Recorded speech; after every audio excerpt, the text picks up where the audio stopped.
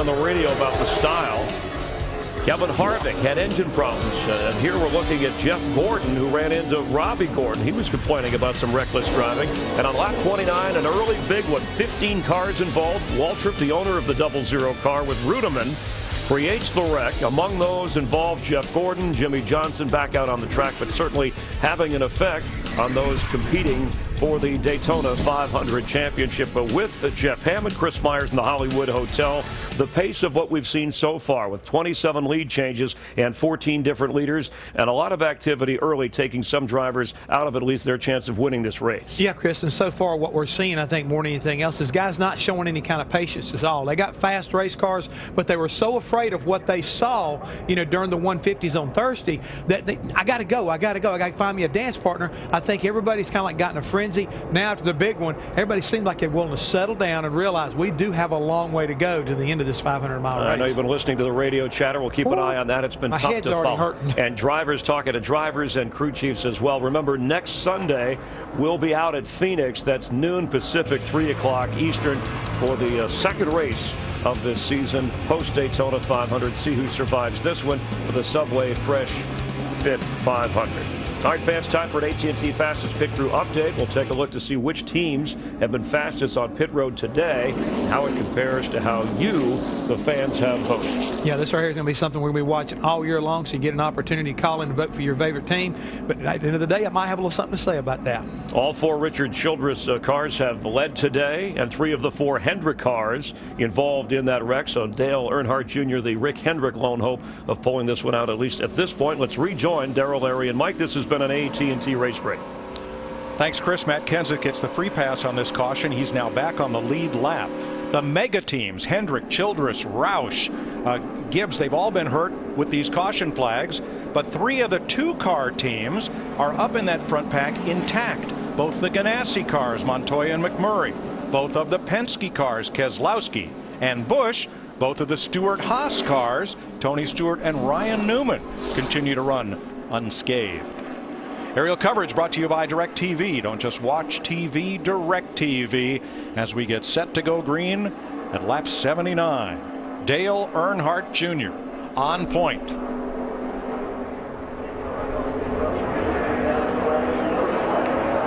Casey Kane behind him. Boyer and Burton hooking up on the low side. We're back under green. Junior and Kane been working really good together. They've closed on that front group of Boyer and Burton a couple of times. Wasn't able to get by them, but they got a good shot this time as they drag off into turn 1.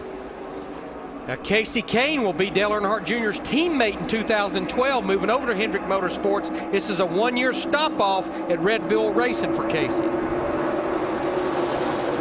And they've got help from behind with McMurray and Montoya giving him a little extra draft. Folks at home, if you don't know a lot about our sport, and I'm thinking millions of you do, Dale Jr. just took the lead. And the place has gone wild. NASCAR's most popular driver years and years in a row. Dale Jr. is going to come across and lead the Daytona 500 for the second time today.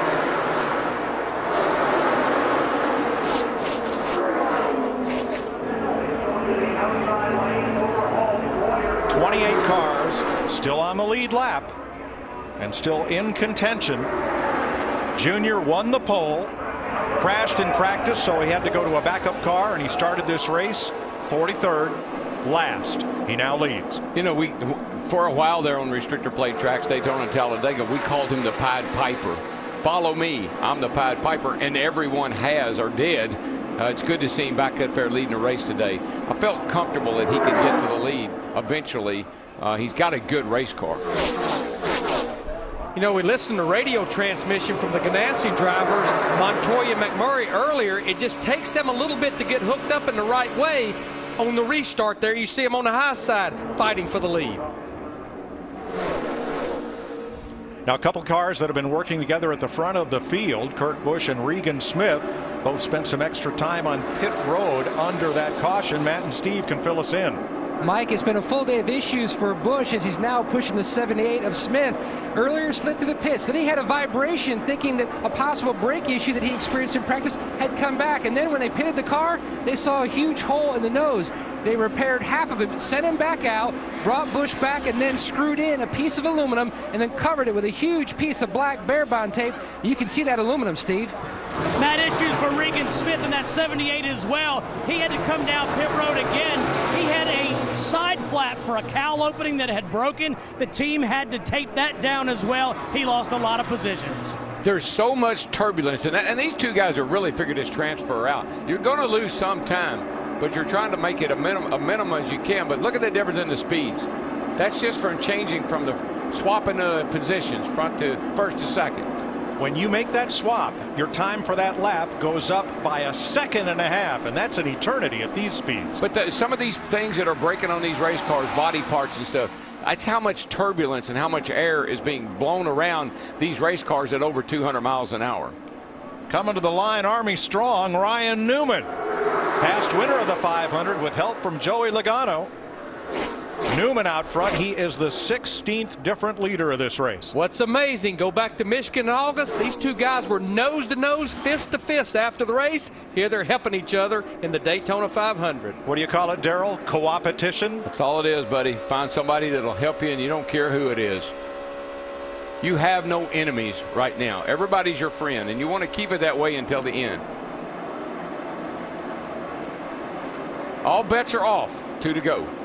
Every man for himself. But right now, come on, buddy, help me. In the 2 big races so far this weekend, whoever has led right here coming off turn 4 was not the leader at the checkered flag. Yeah, I heard guys, they said it a couple of times yesterday in the Bud shootout, I felt like I was a setting duck. And it seems like off of turn 4 now to the start-finish line, guy in the front is a setting duck. And one of the fellows who said that was Ryan Newman. Dick Berggren. Although chassis and handling seems not to be a factor for the majority of drivers, it has become a factor for Joey Logano, currently running right behind Ryan Newman. His car has been unstable and loose all day. Nevertheless, he's up front in second position.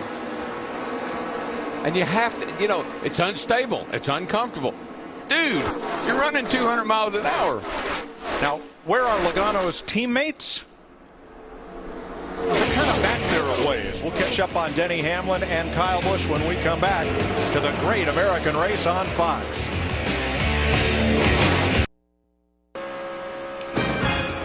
Win a legend and meet one too. Enter for a chance to win a new Chevy Camaro SS and a chance to meet Jimmy Johnson. Visit winyourchevy.com now. Clint Boyer, Jeff Burton back out in front of the Daytona 500. Ryan Newman coming back to the front with Joey Logano. Martin Truex, the 56, with Carl Edwards. Kurt Busch with Regan Smith. And Casey Kane with Dale Earnhardt Jr. Let's look at the 2 Joe Gibbs cars that are not Joey Logano. They've been kind of idling along in mid-pack. Now, last time along, though, watch the 18 and the 11, Busch and Hamlin. Boy, Kyle Busch's car is just very unstable. That looked like Michael when Michael turned him around earlier, and Kyle has been on some great adventures.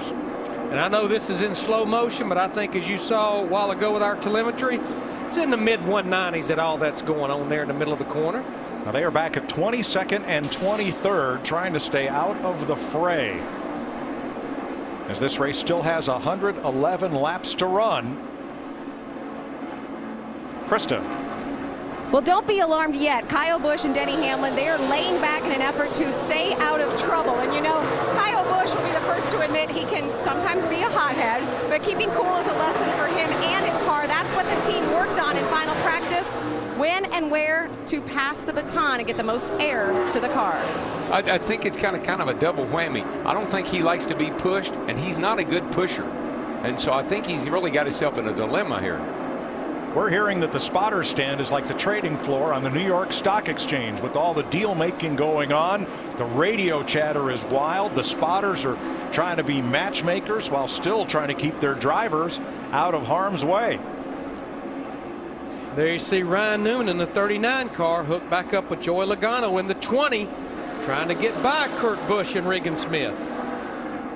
But It's amazing. Kurt Busch and Regan Smith, you got the report that they had problems with their car, had to come back to pit road because they pretty much have been hooked up together the entire speed weeks. Here they're back up there leading the Daytona 500. And listen, you don't race any differently. You know, we had some cars out of the race. I said earlier, you don't know that. You don't race any differently right now than if the whole field was out there racing. You're just racing your little crowd right here.